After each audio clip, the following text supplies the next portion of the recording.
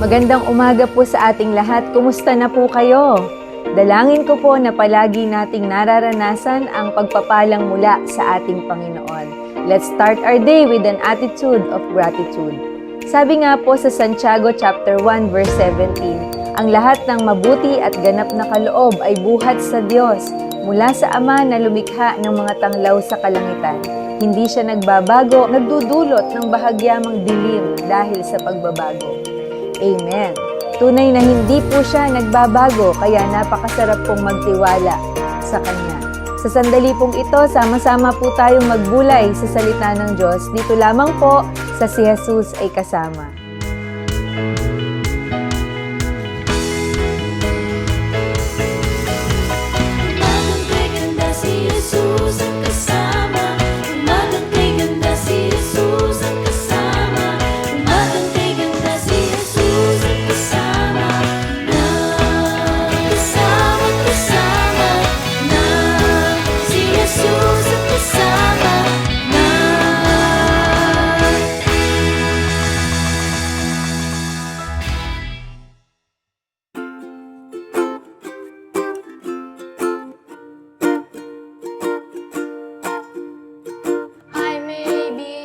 Small as a little grain of sand, and like a piece of puzzle, I fit into God's plan. And when the picture's finished, it's all plain to see.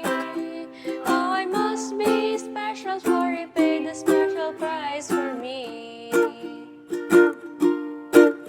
Yes, I must be special, for He paid a special price for me. The one who had it all, gave it all, when He died on Calvary. Some may think that I'm not much, but friend, they just can't see that I must be special, for He paid a special price for me. Since my Savior found me, and He took all my sins away, and placed me in the family of God, what a happy day. Forever I will praise Him for the blood that set me free. Yes, I must have been special, for He paid a special price for me. Yes, I must be special, for He paid a special price for me. The one who had it all, gave it all, and He died on Calvary. Some may think that I'm not much, but friend, they just can't see that I must be special, for He paid the special price for me. Some may think that I'm not much, but friend, they just can't see that I must be special, for He paid a special price for me. That I must be special, for He paid a special price for me.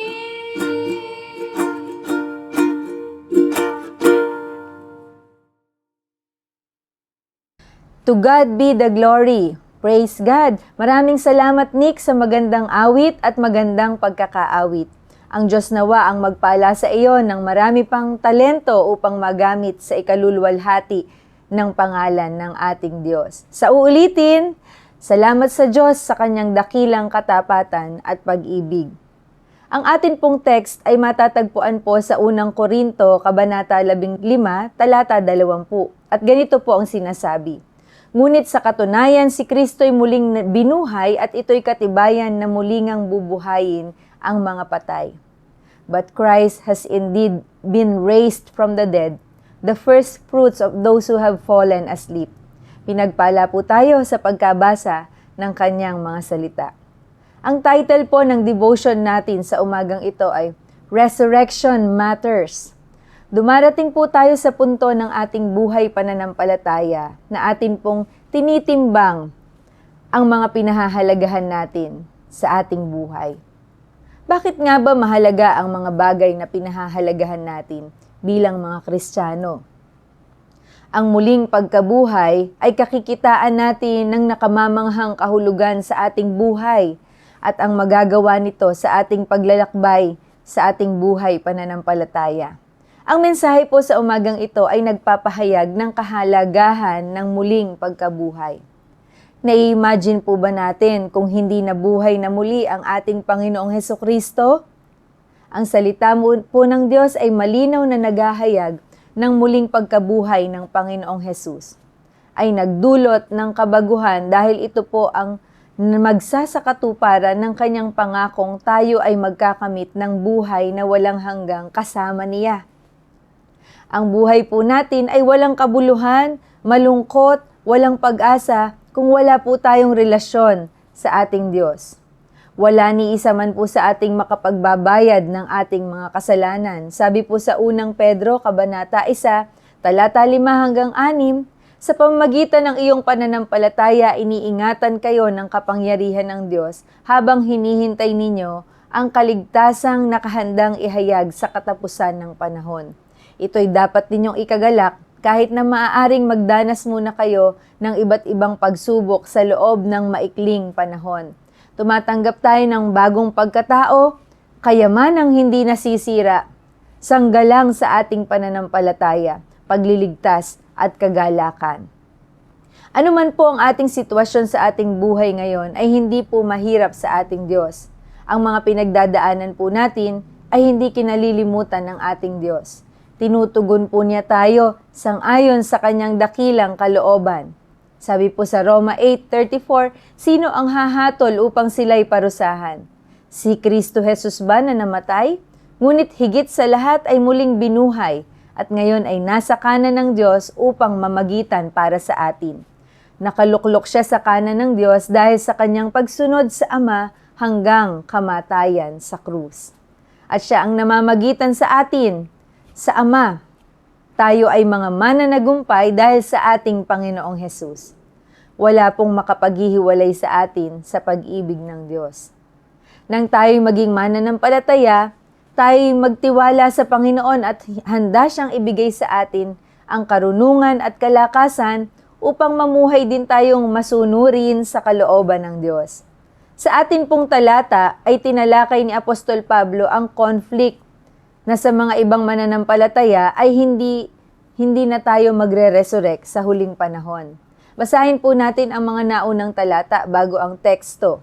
Sabi po sa unang Korinto, Kabanata 15, talata 12 hanggang 19. Ngayon, kung ipinapangaral naming si Kristo'y muling nabuhay, bakit sinasabi ng ilan sa inyo na hindi bubuhayin muli ang mga patay? Kung totoo iyan, lilitaw na hindi muling buhay si Kristo. At kung si Kristo'y hindi muling binuhay, walang kabuluhan ang aming pangangaral at walang katuturan ang inyong pananampalataya. Kung ganon, lilitaw na kami mga sinungaling na saksi ng Diyos dahil pinatutotohanan namin na muling binuhay ng Diyos si Kristo. Ngunit hindi naman pala.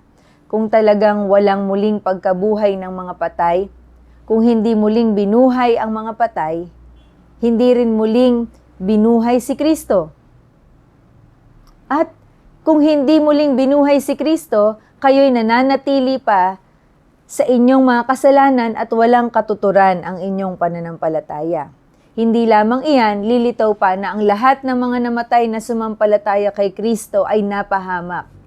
Kung ang pag-asa natin kay Kristo ay para lamang sa buhay na ito, tayo na ang pinakakawawa sa lahat ng tao. Amen. Kung kaya't napakahalaga po ng muling pagkabuhay, sapagkat ito ang dahilan kung bakit po tayo mga mananampalataya ng ating Panginoong Hesukristo. Tayo ay nananampalataya kay Kristo. Dahil kung hindi po nabuhay ang ating Panginoong Hesus, wala pong point ang ating pinananampalatayanan. Nagpapakita ang resurrection sa buong mundo na mayroon siyang power over death. At tayo man po ay mayroong kapangyarihan sa kamatayan. Kung tayo ay tunay na sasampalataya sa Kanya. Salamat sa resurrection. Salamat sa Panginoon, muli siyang nabuhay. Salamat sa Kanyang pagsunod sa Ama, sa kalooban ng Ama. Purihin po ang Panginoon. Tayo po'y manalangin.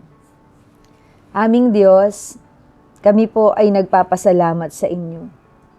Sa inyong pag-ibig, sa inyong katapatan, sa inyong halimbawa, napakabuting halimbawa ng pagiging obedient, Panginoon, sa kalooban ng Ama.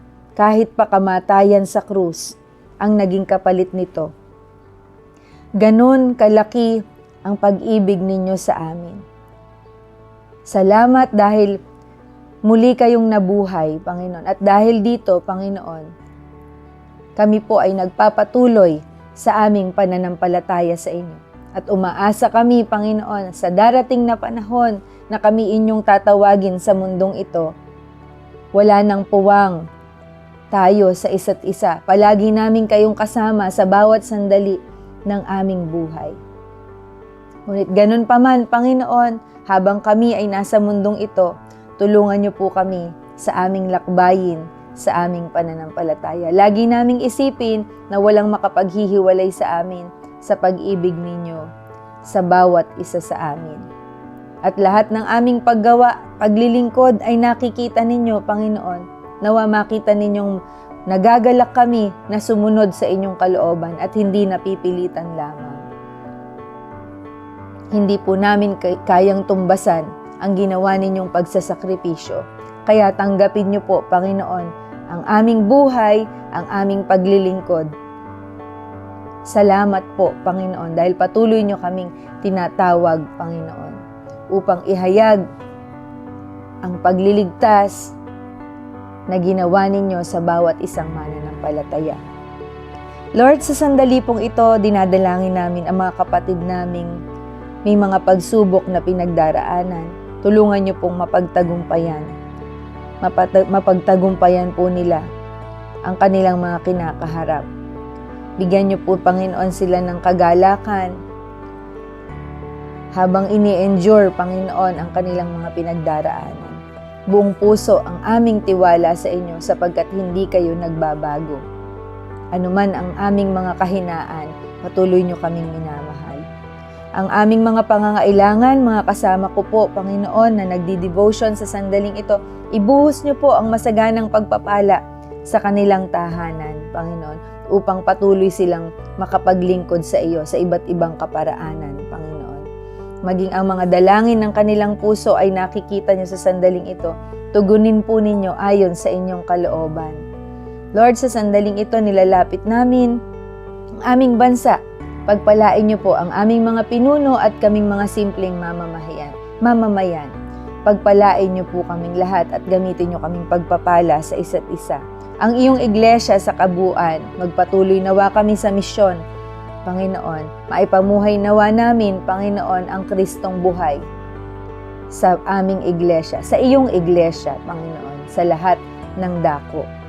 Ang dumaranas ngayon, Panginoon, ng kapighatian, ng matinding kalungkutan, dahil po sa digmaang nagaganap, ang mga direktang naapektuhan ay itinataas namin sa inyo buong pagtitiwala. Kilusan niyo po, Panginoon, ang kanilang kalagayan. Hanguin niyo po sila mula sa ganitong kalagayan na nakalulungkot, Panginoon, nakakatroma, Panginoon, lalo't higit sa maliliit na mga bata. Lord, sa sandaling ito, nilalapit namin ang lahat ng may kaarawan. Pagpalain niyo po, Panginoon, ang mga dalangin ng kanilang puso. Gayon din, Panginoon, ang mga dumaranas ang mga nagdiriwang, Panginoon, ng anibersaryo ng kasal. Marami pang taon, Panginoon, ay pagkatiwala ninyo, Panginoon, sa kanila. Masasayang pagsasama na ikaw ang sentro. Panginoon, ang lahat po ng ito ay dinadalangin namin sa tanging pangalan ni Jesus. Amen. Muli po, happy birthday po sa lahat ng may kaarawan ngayong araw na ito at happy anniversary po sa mga nagdiriwang ng kasal. Pagpalain po kayo ng ating Diyos. Kung kayo po ay na-bless sa ating morning devotion, malaya po tayong ibahagi o i-share ang ating devotion o kaya naman po, itag natin ang ating mga friends. Magandang umaga po sa ating lahat. Ito po si Deaconess Abby na nagsasabing kapag si Jesus ay kasama, buhay nating masaya at puno ng pag-asa. Sa Thursday po ulit, God bless po!